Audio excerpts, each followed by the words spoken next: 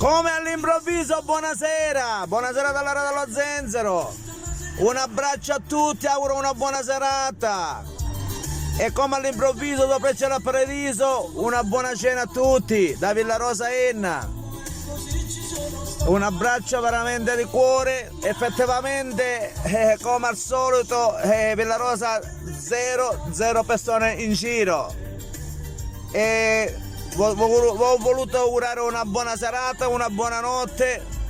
Effettivamente oggi non sono stato quasi sui social per effetti personali che uno magari deve sbrigare qualcosa durante il percorso della sua vita.